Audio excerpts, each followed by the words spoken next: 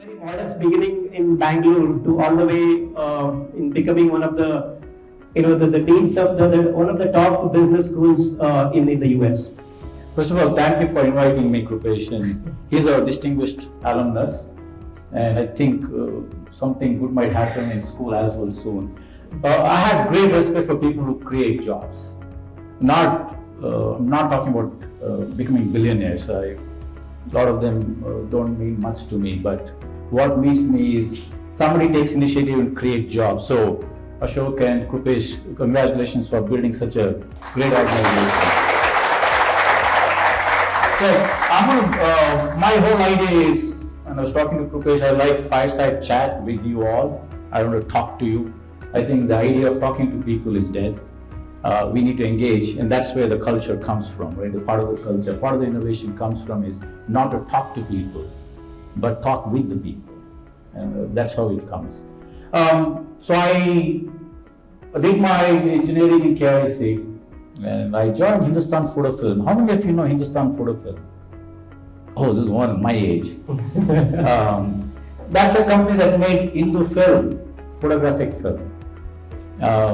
So we are all recruited especially from NITs and IITs, 30 of us, for a color project to create color film back in 1983. My biggest 4 years of professional destruction was those 4 years. I joined the public sector, but I also tell you the best part of my life, 4 years to learn human beings, Indian culture was also the same place. I was just sharing earlier. Professionally, it was horrible.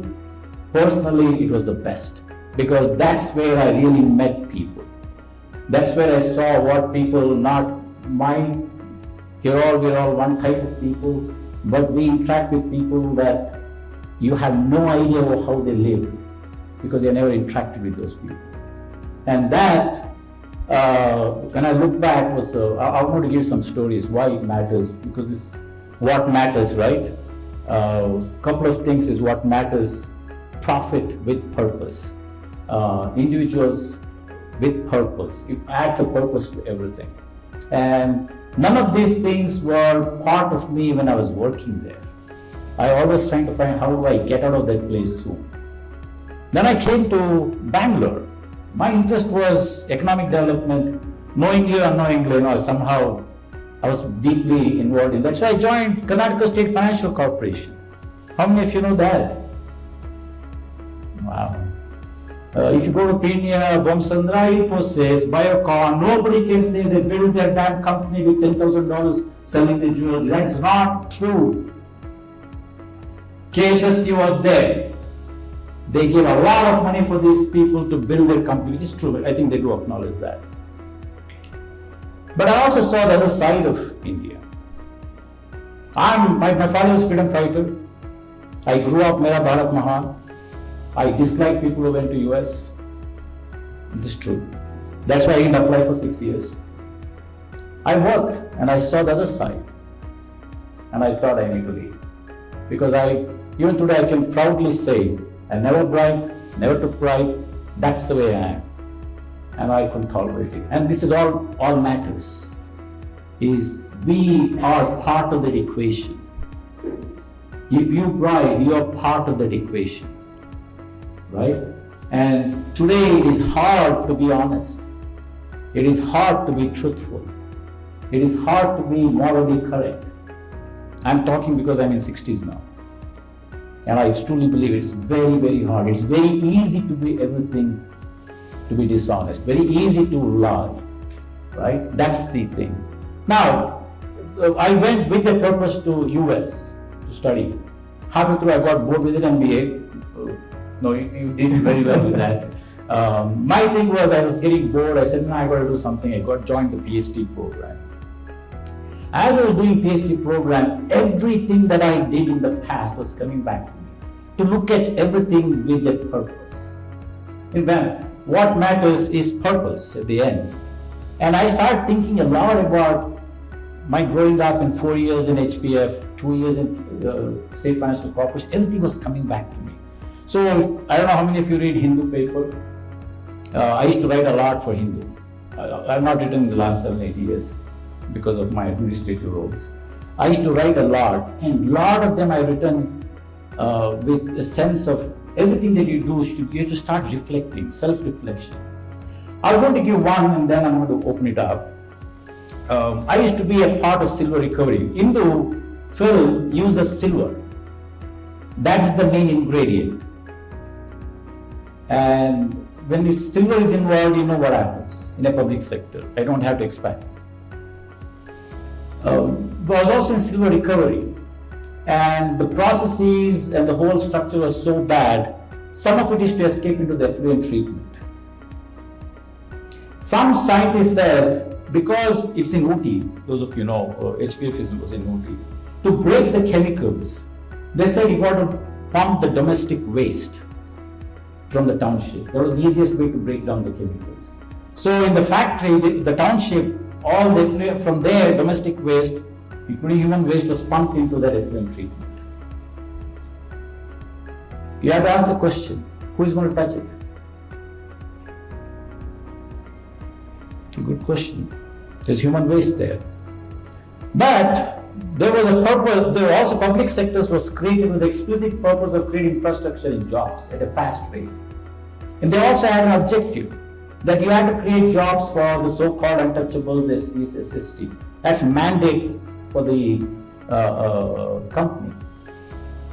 So the human resource general manager said, wow, here I have effluent treatment, here you have human waste, and I had to create jobs for the so-called untouchables and SCSTs, right? Guess what happens? You did create, subcontract to them, checkbox, I did my work. So once I was looking at what a colossal waste of resources, right? With silver going into effluent treatment and you stored it.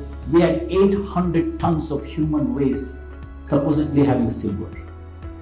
And it should be processed to recover. We never got nothing from that. Okay. So once I proposed a clarifier so that we can avoid all that. You know, those of you who are chemical engineers, I was a chemical engineer. You propose a clarifier, collect as much as you can silver, so everything goes into effluent treatment, you find nothing. And I just did, I was 21 years old, I was actually very young. I just wrote a proposal to my boss. And then next day it was very interesting. These so-called contractors who touch human waste, they are not allowed to come inside the building, right? Workers won't like that.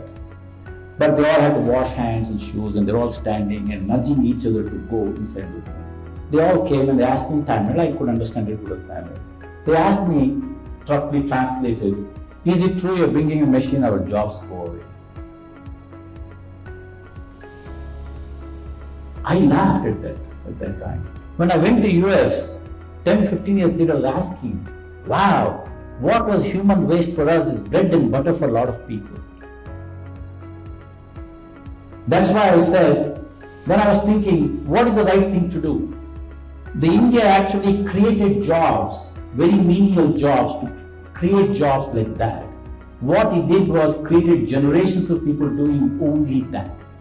So I wrote an article in Hindu of efficiency, technology and human dignity. How do you use technology? You talked about innovation, right? How do you bring in innovation to culturally eliminate those jobs so that they will never be called untouchables again because you are forcing them to do the same thing again and again. So that's why there's a Scavenger Act, if you remember that, 1991. There's a Scavenger Act because all jobs of touching human waste should have been eliminated today, but it still goes on. So you as young people, you think about culture of the so-called untouchability, you talk about innovation. How do you take innovations to fundamentally destroy those jobs so that nobody will ever do that again and never anybody will be called untouchables again? So that's journey, right? You went through PhD. The beauty of doing PhDs, you can do all these things without worrying about profits or running a company. You know, that's the beauty of academic jobs. And I'll really encourage you, sorry to say that, but encourage you to pursue these kinds of things. Because what it does is think back, sit. If you like to have some wine, yes, think about these issues. So every time I walk by, every time I go to an office, I think, how do I change it? So in my thing, my business is writing. Krupesh, your business is to create jobs and create wealth and create new solutions. My job is that, to tell the people the truth. Hard. It's very hard. Okay. So, going back, I'm going to give one more instance if you don't mind. What does that mean as individuals and what matters? I started the India program at University of Texas Austin. You bring MBA students here, let them exposed to the Indian, and India was booming at that time. And I was very passionate about India, so I started the program at Austin. So I brought a group of students. Two years I did. Went to all great places, Infosys. But then I asked for all the students, what do you like to see in India? And obviously Agra and blah, blah. But a large number have said we like to visit a non-profit for children. And I started scratching my head, hey, where do I find a non-profit that I can take these students? Believe it or not, I never thought once, growing up, those of you are in Rajajinagar, next to Vidyavardhaka Sangha, there's an orphanage. Anybody is from there? Do you know that? No? Next to Vidyavardhaka, there's an orphanage. Now it's a big construction, but the orphanage still is there in the center. I grew up there, never once bothered to look inside that building. I just passed by every day, back and forth. So I started scratching, where do I take them? And I was talking to my friend and said, oh, you know what? My relative, she runs, those of you who don't know, Katha.org. Have you heard of Katha.org? You should read Katha.org. It's fascinating. She's Geeta Dharmarajan is the founder of that organization. She was an IS officer, got so sick of it and quit, and developed a school saying that we need to build the school where the kids are. So she built the school in the heart of Delhi slum. Because they're not going to come out to study. Parents are not going to take them. So she built that. I didn't know where it was. Story was good. I said, okay, let's go there. But the problem is the bus, nice air-conditioned Volvo, could not go through the slum areas. So we had to park and we had to walk. While walking for 200 yards, I was feeling very ashamed to take, out of 30, about 28 were whites. What am I showing about India to these foreigners? I was feeling ashamed. We went to the school, all the 28 of them or 30 of them who were there, all played with the kids for 3 hours. And after coming back, I started wondering, what was I ashamed about? That I'm showing the worst part of India, or I'm ashamed that the kids are living in slum? Think about it. I should be ashamed the kids are growing in that, not worrying about bringing foreigners to that place. So I wrote an article to our Kannada community in Austin. I said, look, I was ashamed of showing foreigners slum, rather than be ashamed, why are the kids growing up without the education that I had or you all had? That's how we started. One of my friends, Satish Rao, came and said, most of them have grown up in this place. And he said, you know what, we should do something. That's why we started the non-profit Pragati.org. So while professionally I'm doing well, I'm writing and getting all these awards, but on the side, I'm still what matters most. And that's where my story, so Pragati, my wife is more engaged than me now. But once I stepped down, I think all the Pragati.org, Pragati is doing much of the work in Karnataka. It's all the work in Karnataka. Mm-hmm. So now I think we have about 50 some students, mostly from extremely lower economic strata. These kids, you should see their near perfect scores. If you don't give them the funding, they'll drop out. Parents don't take loans, period. Right? So we are funding about 50 of some students from very rural Karnataka, doing extremely well. One of them is JSS, the one we fund 2 of them fully. One is in JSS. Her GPA is 9.6 out of 10. Brilliant, right? So that's briefly I want to talk about what matters for me. My journey is, I went through the all, just did this, but got an opportunity at times when I went to US is, I saw US and said, why are we like this? It was constantly bothering me. And it added to a lot of actions. And the actions today you see is my writing in Hindu. By the way, all the awards that I got doesn't matter to me. What matters the most is that I'm actually conveying those stories to the world. Okay, that's briefly is my journey so far, and I think that's what matters to me. What is that impact you're doing beyond your family? If you educate your kids, it is still highly biased. It's your own blood you're doing, no big deal. That's our duty. But doing to somebody whom you don't know is purest form of love. And this is borrowed from my father. To give him credit, he said, is when you do something to somebody whom you don't know. By the way, my wife interacts with them, I don't interact with anybody. I just support them and I move on. I don't want to say they benefited from me either.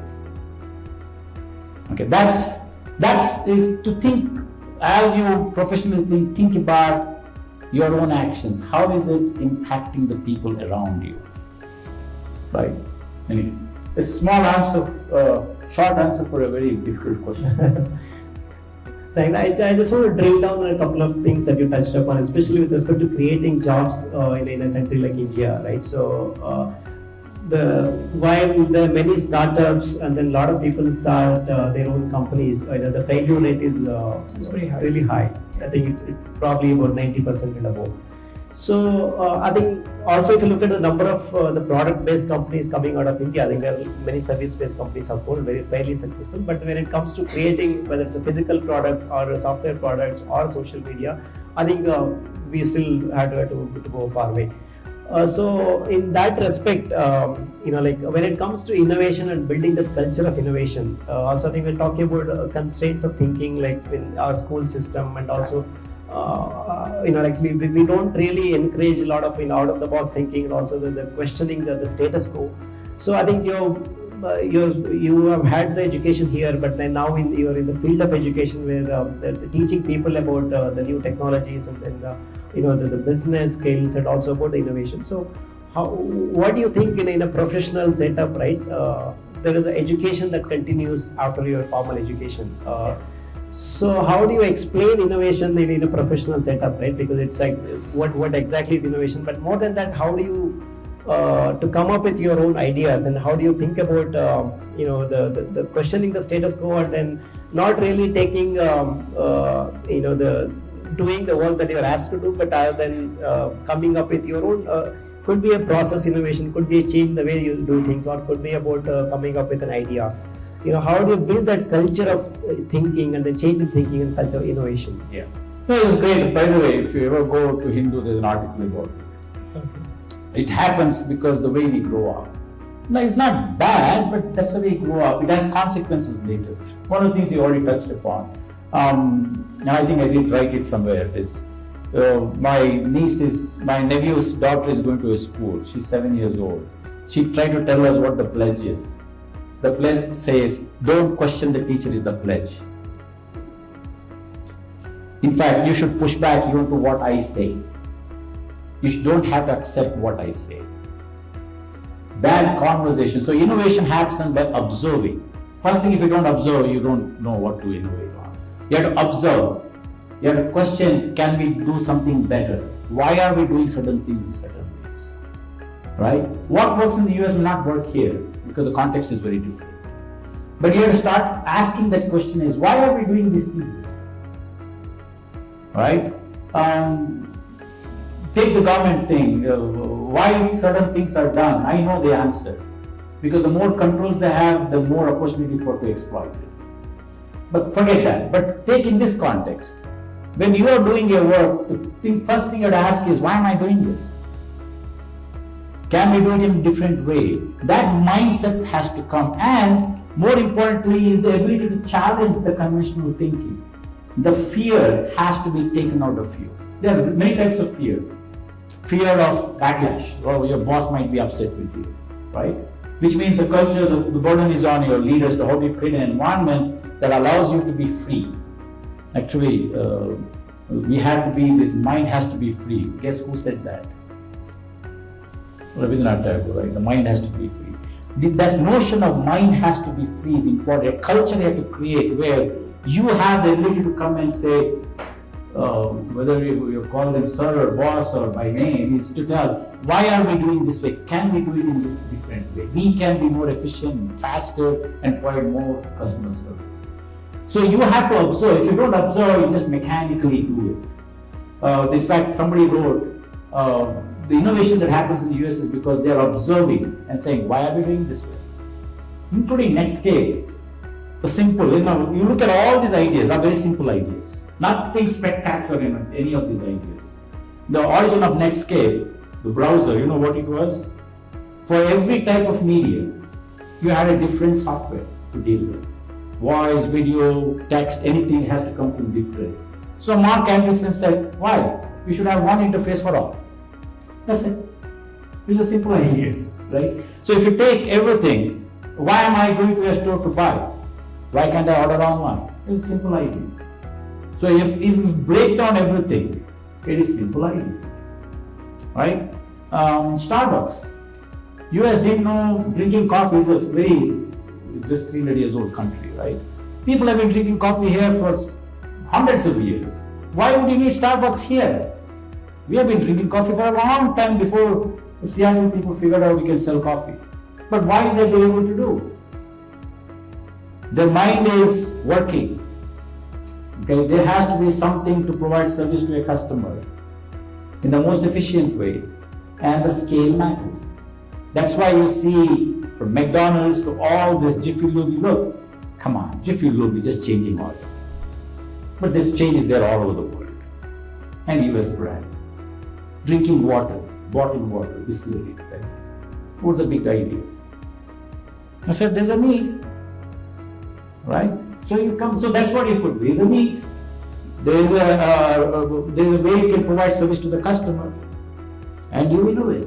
And you have to accept when you within an organization, you reveal it to you. But if you want to do something on your own, you have to be fearless. Failure rate is very high. Accept it. For every one Bill Gates, there are thousands of people who are far smarter than him probably fail. You know, MS-DOS was bought.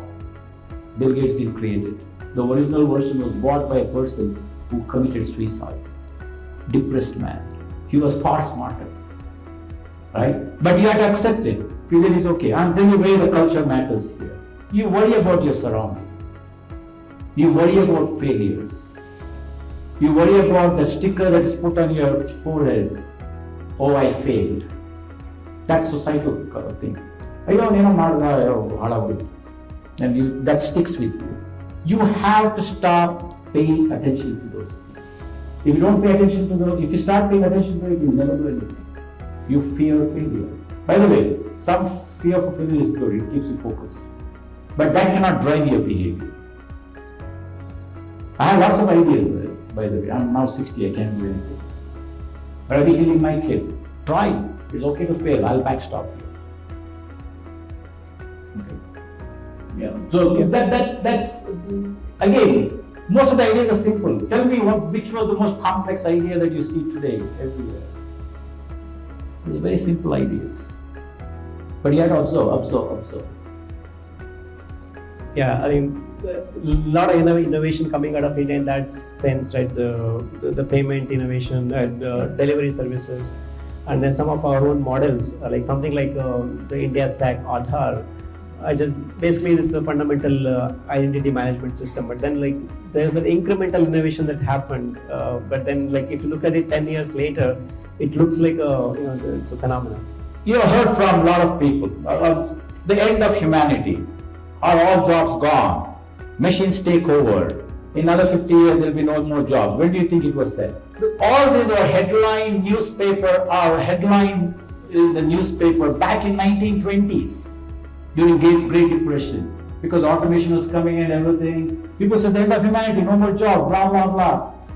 Right? 2013, somebody wrote 95% of jobs, or not 50% of jobs that men do will be gone. Hey, it's 2023 and the unemployment rate is what, 3.4%? Right? Don't believe what people say. Doesn't matter if it's Bill Gates, Elon Musk, or any great rich billionaires in this country. It doesn't matter. You have to think what they make sense. So I have argument to say everything that they say is wrong. I can prove it, but I'm saying your argument is wrong. 1500s, people fought in UK. They went and destroyed all the factories thinking that you are bringing in this automated machine and killing all the jobs. In knitting, knitting was a big business in UK. 1500s, the king had to come and make the comments that these machines will make my citizens beggars. 1500s. Right? The same comment with the outsiders coming in and then taking our jobs. Immigration taking our jobs. Yeah. You can go and say repeated happened, steam engine, electricity, internet. People have been saying the same thing. Today you don't have people to work. So don't believe all those things. You have to make that assessment and be independent thinkers. You ask me the question what it is, can you be an independent thinker? Observe everything. You don't have to listen to me either. You listen to what I say, listen to what others think. You make your own assessment. When you do that, you are going to be a better person. That's what matters. Otherwise, you'll always be a follower. And I promise you, when you're a follower, your kids also end up becoming followers. Because that's the way you train them. Listen to me. That's what it is. If you question the teacher, the pledge in the school is don't question the teacher. I'm saying, what the heck? And then you go to boss says, don't question me. Then you have to get married, parents say, don't question me, just marry. Teaching, I didn't get by design. They started the company by design. I didn't start my teaching profession by design. It was all accident. And I'm very honest about it. To be truthful, why I got into PhD? You cannot imagine it. I was married, my wife was pregnant, she had a very difficult pregnancy, she had no insurance, we are struggling to survive. The only way to do that was continue on to PhD because there's no time to look for a job. She was dehydrated twice, lying to hospital, it was a chaotic life. And by the way, you're not going to ever see me say pity me for it. I'm not going to say I went to US with $10, which is a lie. Nobody went to US from India with $10. It never happens. You won't survive. Okay? So people say I went with one suitcase and $10 and I made a life. No. It never happens. Suitcase part is only the truth. Suitcase is the truth. Right. So I didn't design. I never thought I would be a professor. You have no idea how bad speaker I was. Okay? These are all cultivated habits. Reading was cultivated for me. Public speaking is cultivated. You make conscious effort to do it. So I did PhD because I had to survive. Getting into UT Austin from University of Arizona is extremely hard because UT Austin is a much higher ranked university. Okay.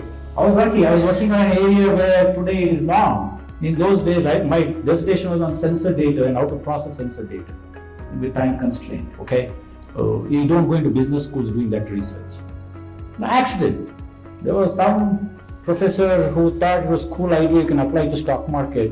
So he said, I was looking at manufacturing. He said, no, you're in business school. Think about stock market. So I changed the whole, because same thing works for stock market too. Today we do that. We do stock market. Exactly, I was 1995, that was my research. Right? Accident. Social network. I got into it was not called social network in 1990s. We used to call it virtual communities. Getting into that was also accident. How? Have you heard the company MicroStrategy? Yeah. It's a very big company. It came out of Maryland. Yeah. So Sanjay Bansal is the co-founder. He was from MIT. He started this, was already, I think he was worth $500 million at that time. But in those days, you could get their email on the web. So I just said to him, look, I'm teaching a class on analytics. I find your company to be the future. Do you mind coming to give a talk? 1998. Believe it or not, he said, yeah, I will come.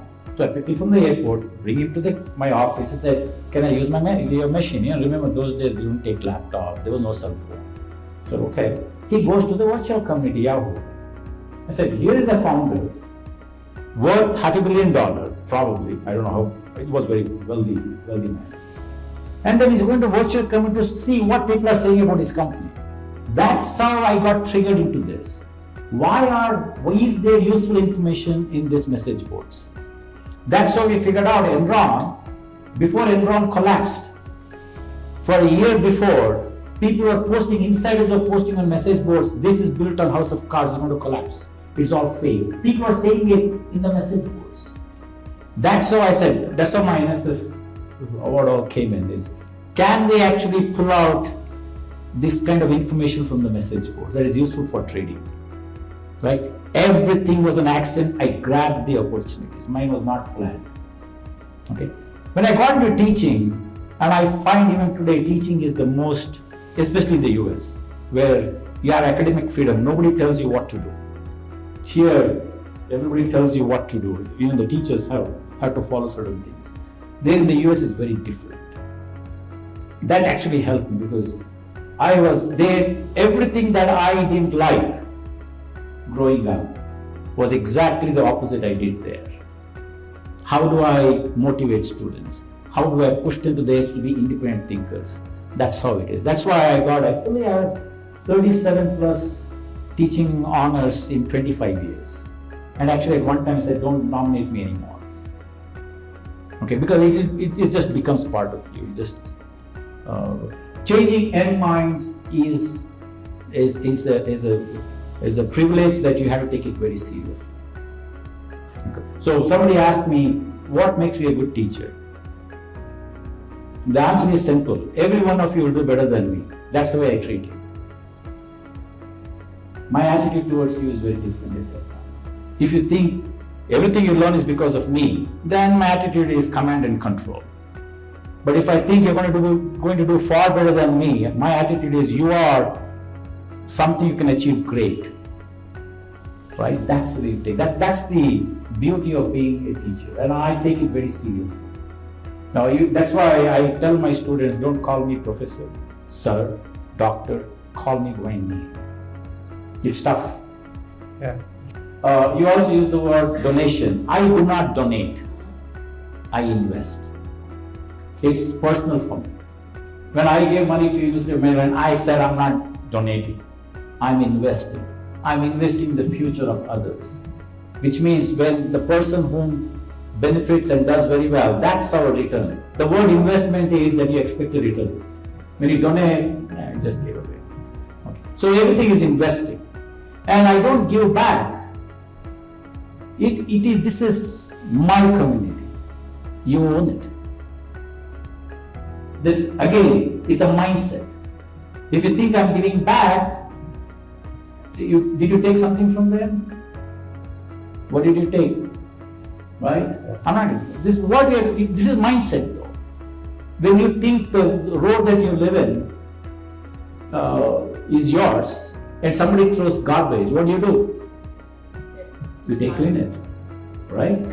That's the mindset. That's why you see there are some people, what called ugly Indians. You remember the group of Ugly Indians, yeah. They go and clean up streets and paint because they say this is mine, this is our community. And that's how it is. And it's an anonymous group. Yeah. I know who it is. Okay. Yeah. That's where you got to take it. Yes. Because selfish and self-interest are two different things. When Adam Smith talked about what was he said? He's used the word self-interest. It's different from being selfish. Selfish is I want to benefit at your expense. It's being selfish. But you're saying it's self-interest. I want to professionally move out. So I want to take care of my interest, which is fine. I think it's fine. Having self-interest is perfectly fine. So don't have to feel guilty about it. No, they are simple. My sister, my older sister, she does that. She's not wealthy. She makes, she's 71, she makes money. She told me just 2 days ago, I give it to my kids in the neighborhood, make sure they're educated. So buy them books, buy them backpack. You have to do what you can. You don't have to feel guilty, right? I think there's an age. I can do a lot of things because at my age where I can do. Right. My kids are out of the home, I have enough resources to do it. So it's okay to take care of your interest. while recognizing that you have a much bigger role to play in society because you are educated, you are resourceful. And in fact, I'm going to quote something that, Malika Sarabhai, she came to Austin, she came and gave some few things. The amount of money US, Indian government, World Bank, everybody has invested in every village in this country. We should have a Singapore by now. Doesn't exist. She also said something along the conversation is, there are about 150 million children in this country who are bottom of the bottom pyramid. We have over probably now 500 million well-off individuals with over 100 million families doing extremely well. How much time does it take to remove the illiteracy in 2 generations? Not much. One family picks one kid to educate and you're done. Yet, look around. That's why time, treasure and talent. Those are 3 things they use. You can use your time, you can use your treasure, you can use your talent. The talent comes in is, you went to school and taught them. Do your best. I mean, it's not everybody gives up their money are saints.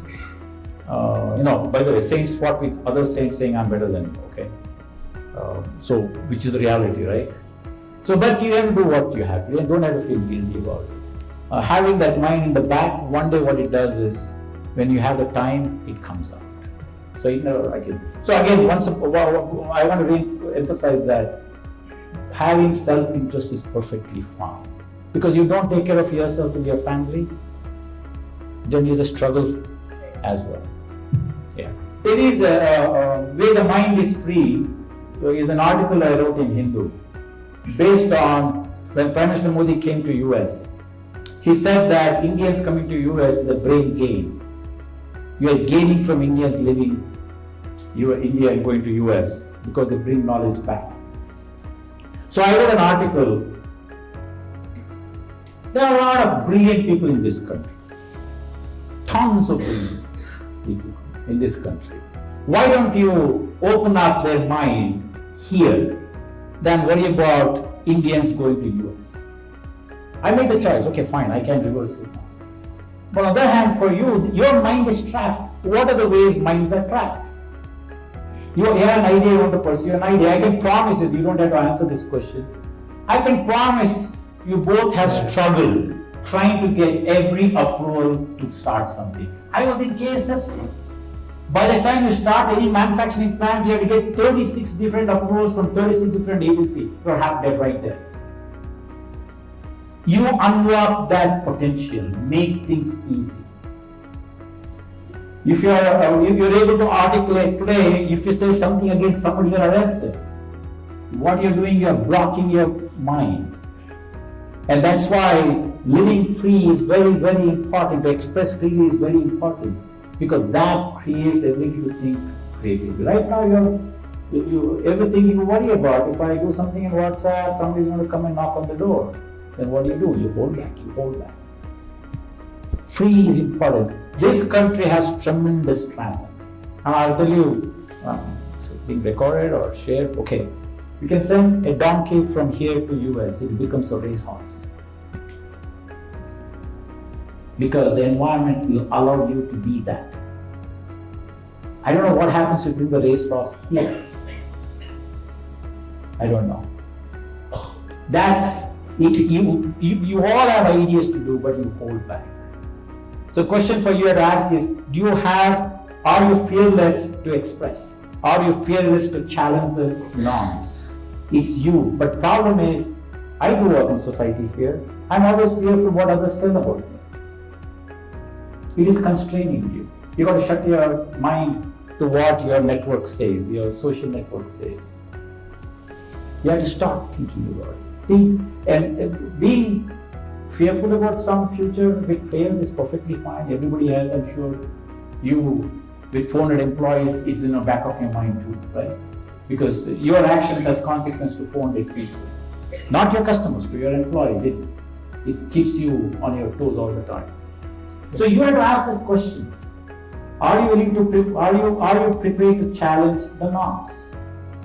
take on something despite the challenge. That's why I have tremendous respect for your founders here. Because it is not easy. I can tell you it's not easy. I was in KSFC. It is hard. So your question is, I saw in one of your things, there was resilience. Resilience, I think, is the most important aspects for any founders, anybody who challenges, because it's easy to give up. How many of you have given up on many things? If you say your hand doesn't go up, you're lying. I give up plenty of things. Because I'm not resilient, because I can't persist with that. You have to be resilient because challenges are there everywhere. Every business deal or salesperson, you get plenty of challenges. That's given to you. That's why it's not about,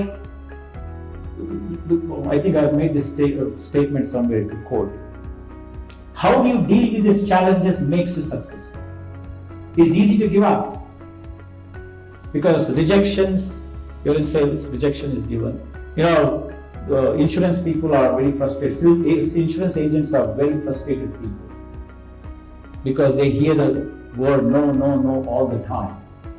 But how do you persist despite the no? Are you willing to do it? And that's all you need. Because if you assume that everything is a straight path, believe me, there is no straight path in anything. You're always, it's bumpy, up and down, up and down. How do you deal with the adversity? Are you going home and crying and giving up? Or it is there, I'm going to cross that, I'm going to persist with that. I don't know, you have faced, Krupesh, Ashok, you have gone through this far more than me. Am I correct? Yeah, I mean, what helped was that we went through many the levels of failure, the hurdles, and then maybe the smaller failures will prepare you for bigger failures. And then I think without failure, you can't really cross the bridge. Most people give up. Most people give up. That resiliency has to be there. There are lots of books about how all these billionaires became billionaires, successful became successful. Answer is simple. Are you willing? Do you have a good idea first? If you don't have a good idea, it goes nowhere. Are you resilient? And most of the things you see from Steve Jobs to a lot of them, they were bootstrapping. They were living in garages with leftover pizzas. There is no work-life balance. If you have heard that word, work-life balance, I'm sorry. If you want work-life balance, you'll never be a promoter around it. It just doesn't exist. You make time for important things along the way. Okay. So are you prepared to do it? I'm sorry, some CEOs come and say, I have work-life balance. I'm sorry, there is no work-life balance. You make balance. If you want to succeed in this work. I'm sorry I said it. I know I might get beaten up by somebody, but you make up. You make up time when you have kids. You make up time when your parents or adults are sick. You have to, that's your responsibility to somehow make time. Just chugging along. Nothing is given to you, nothing is given to them. Nothing is supposed to given to you either. And I know how hard it is to get into universities here. Right? It's not easy. You persist with that. And that same persistence matters everywhere, different levels. There's one question related to that with respect to the education, right? There's a formal education and then the education continues throughout your life, right? So how has the education outside of your academics has helped you? And then maybe these are some of the things the people ask, right? How do you upskill, and then how do you develop skills outside of your core area, right? Yes.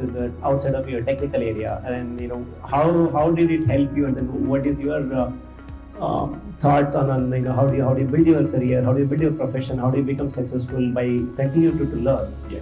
No, there are technical skills.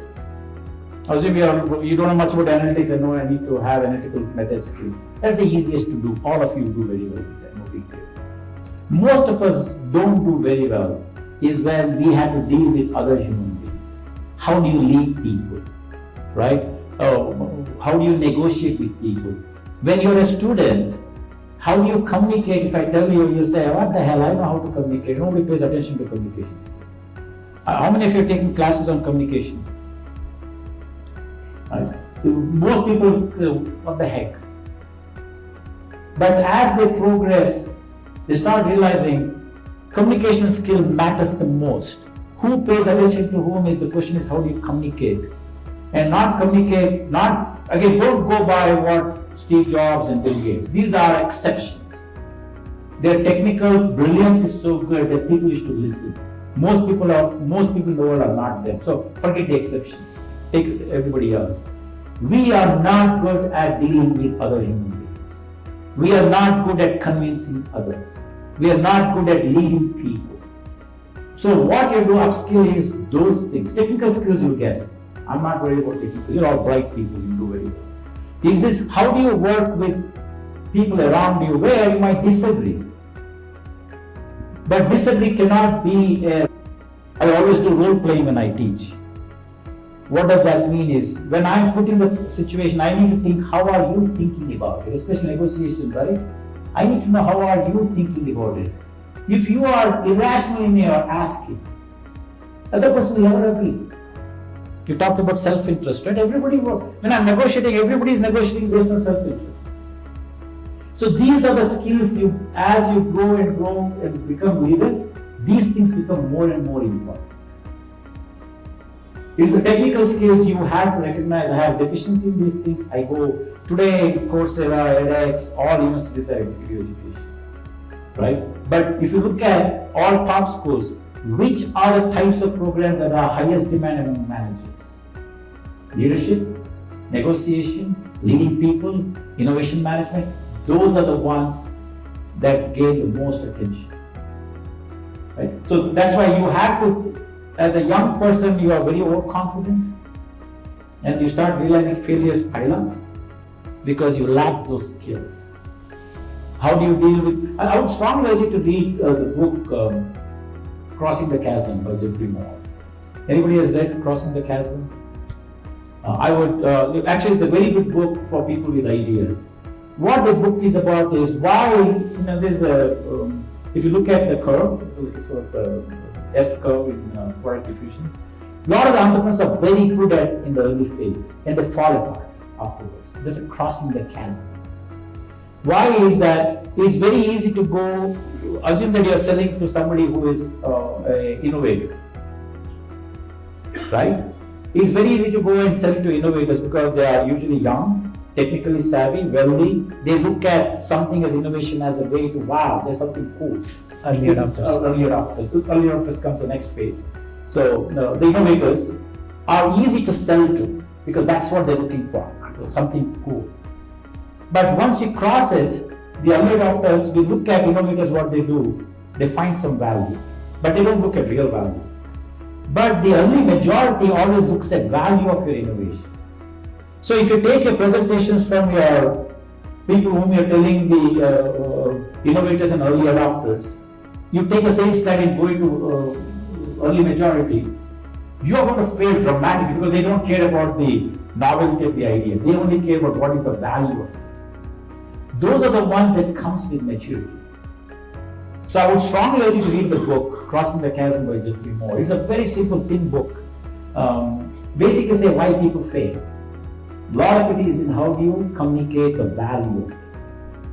And that all of you, how many of you are engineers here? And I'm an engineer. I was very bad at that, I'll tell you. So I can promise you, if this was my class in my infinite time, I would have done this study with you. You'll all say Apple is not innovative. You'll always say Samsung is innovative. Then why is Apple making so much money? Because they focus on the customer. What is the customer value? Samsung's look at creative. You remember that ad? It was, I think they spent something, God knows how many billions of dollars. Like a dad is trying to change the diaper. Wife has gone out and he has to change the diaper. And he looks at the video, YouTube video. And as soon as he takes his eye off, the video stops. You start watching, the diaper video starts. You remember that ad? And I was looking at it and said, who does that in real life? Changing diaper, watching video. Nobody does. It was a novelty. As a consumer, I don't really care. What I care is what Apple does. I got a new machine. I plug it on, put my user ID, everything works as if nothing had to be done because that's what the users care. right? So a lot of engineers have to look at from the customer point, what do they value? So these are some things, especially for engineering, you have to take more and more classes on these things. And that's why Krupesh, I think in an MBA prepares you extremely well for this. So just because you have a brilliant technical solution doesn't mean the customer will come running to you. The early adopters, the innovators will come, but not the majority. So these are the ones that comes with a little bit of maturity, and for you want to be moving up faster in your organization, those are the skills will take you. Even if you have technical brilliance and can't communicate, cannot collaborate, cannot coordinate, it's a disaster. You know what fraction of a time you spend on information processes within your organization? Majority of your time goes for information processes. Just coordinating, collaboration, and communicating. If you are poor at that, you're going to destroy everything inside the company. And as an engineer, you won't pay much attention to it. You look at technical brilliance.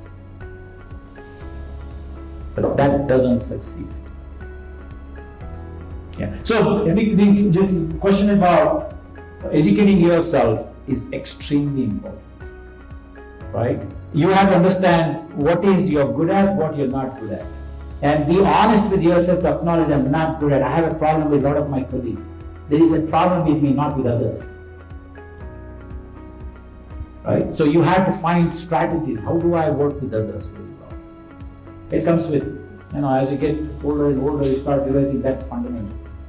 There are a lot of good education systems, schools are coming in this country too. So, and many of them are trained in the US. Not that faculty who grew up here, I'm not saying they're not good. We all came up from the system. They're very good. But there's a way you teach. That's why I believe the first president, when they interviewed him back in 1600 sometime, we know what to teach. We all have PhDs. We know what to teach. But most of us don't know how to teach. It's so true. What US schools have done is they are mastered how to teach. That just brings out your creativity, makes you strong. So that kind of experience you might get, may get, not necessarily from the US, but here also true in India. A lot of good schools are there. But in the US, in general, if you go to a decent school, you're assured of that learning. Okay. So it's not a bad idea to continue looking at programs. When you do any online programs from anywhere, of course, I would love you to do from Smith School of Business. But there are a lot of great schools in this world. Recognize who teaches that. It's very important for you to see. Very often, many schools, even name brand schools in US, they use adjuncts, part-time teachers to come and teach. But you have to watch out for that. You want the real faculty to come and teach. Also, when you look at something, is there a balance between foundational knowledge and practice? How do you bridge that? You've got to look at who brings that combination, right? For example, experiential learning is very big part. What does experiential learning mean? And I would strongly agree that I don't know whether you have internally allocate resources for people's for employees development is. You can actually have a problem in the company. When you are working on a certificate or a master's program, take that problem and be part of an experience which was very solid. In the US, it's pretty common, right? Actually, companies pay universities for that project because I can go to a consulting firm and pay $1 million, or I come to the same talent with a supervision and get it done at $25,000. So look at programs where you can do this experiential learning on real project with guidance and solving a real problem. Otherwise, it becomes very bookish knowledge and detached from the world. Today, in another few years, India will be the #1 country to export their talent to US. Right now, China still dominates, but China is generally heading south. India is growing very fast. So if any of you are looking at continuing your education, the MBA or MS programs are also gaining a lot of attention today. And there is executive education, short-term courses. So if you go to our website, anybody's interested in blockchain, there is a program on blockchain. You can do it virtually. There is more, but I would strongly urge those who are engineers in particular, I would strongly urge you to think about the business side. So we are now, I don't know whether you, Krupesh, you saw our strategic plan, Robert Smith School Business strategic plan. I was very particular, business is everybody's business. Whether you're in social work or if you are a scientist, doesn't matter. Everybody has to deal with the business problem, right? You have to have limited budget, you got to run within that, operations matter, accounting matters, your leading people, management matters, your marketing is selling something to others. So I would strongly urge those of you who are especially engineering students to actually get the business foundation. So we have a program on business fundamentals and it's not too expensive, frankly. What it does, it changes your mindset. How do you think? What they're running may be technical product, but they're running a business, right? And you can come up with a great solution that costs you an arm and a leg and you might go bankrupt. So anything when you do, a business mindset gives you a framework. How do I think about a problem that is commercially viable, financially viable, right? Believe it or not, I have enough number of cases to show. They all say this makes money. When you dig deeper and actually charge back all the cost, is losing money back. But I can take anything and so it's making money. Because what you do is, a lot of the cost associated is somehow magically put it somewhere else. What it does when you're engineering, it just changes your mindset. So MBA is about mindset, changes the way you think about a problem. That's the benefit of doing an MBA. You can do MBA full time, you can do part time, you can do online. There are many different things. You have to ask yourself, under what method do you flourish? Just because your friend did online doesn't mean you have to go online. Maybe for you in person makes more sense. So you have to ask those questions. So there are programs where it gives you technical skills like blockchain. How many of you are familiar with blockchain? Right. Everybody talks about blockchain. No, what the heck is it? I have computer science people have no idea what it is, right? What problem does it solve? Like crypto underneath is blockchain. So there are lots of programs like that. So you constantly upskill your thinking, because what it does is it changes your way of thinking. And again, if you don't mind, I want to say something. Don't focus on your area, your job to benefit yourself. Your ideas might come from entirely different areas, right? You might be actually getting an idea about your problem based on what a restaurant does. Who knows? So wherever you go, whatever you interact, everything should be an experience for you. If you ask me, my personal is everywhere I go to the airport, Bangalore airport. How many of you have traveled from the old airport? I'm telling you, nothing goes through without paying somebody at one time. How many of you have any problem with this new airport? Very rarely. Nobody stops you. Things work smoothly. Why? Because I've asked this question, I wrote an article about it. There's something called broken window syndrome. I don't know how many of you know about this broken window. When something is broken, this came from a real life case study in US. There are what they call projects where they build housing for low economic status, build housing. Most of these housing projects end up becoming dilapidated and infested with drug dealers. And I said, why is this happening? You're giving them accommodation, why are this happening? So what happens is when kids are playing, they break a window, you don't fix it. Then somebody breaks another window, you don't fix it. The building itself, the environment becomes very unhealthy, unappealing. The good people leave and it will be replaced by people who deal with drugs and so on, and gets drug infested. The reason why I thought about in the new airport, why is there hardly any corruption, anybody giving you trouble? What do you think so? They're all working in such a wonderful environment. Their mind is, I don't want to speak there. No, I don't want to deal with corruption. I interact with my environment very differently. I don't know how many of you think that way. How many of you can even relate it? I relate it because I'm constantly thinking about it. Because I come back, I never have any problems at all. It's what we call when the environment is so well designed, you are empowering people that I cannot do it, I cannot throw. Otherwise, go everywhere else, you find garbage. But not in that airport. Because you don't want to throw anything. And why do the dress code matters?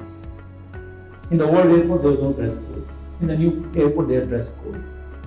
And they think, I'm retired, I have the power, I'm treated with respect. I don't do stupidity, simple. It's also run privately. It's a private airport. Oh yeah, which is, but the workers are all, a lot of them are. Yeah, of course. This is a public HAL airport, right? HAL airport, oh, believe me. So there is, so what, for me, from as an academic person, this is the way I think about it. Right? Now, I can promise you, if this facility looks bad, then what happens to your productivity? It goes down. You don't feel like coming, simple. But when it looks, you're interacting with people, a lot of events like this happen, you feel empowered.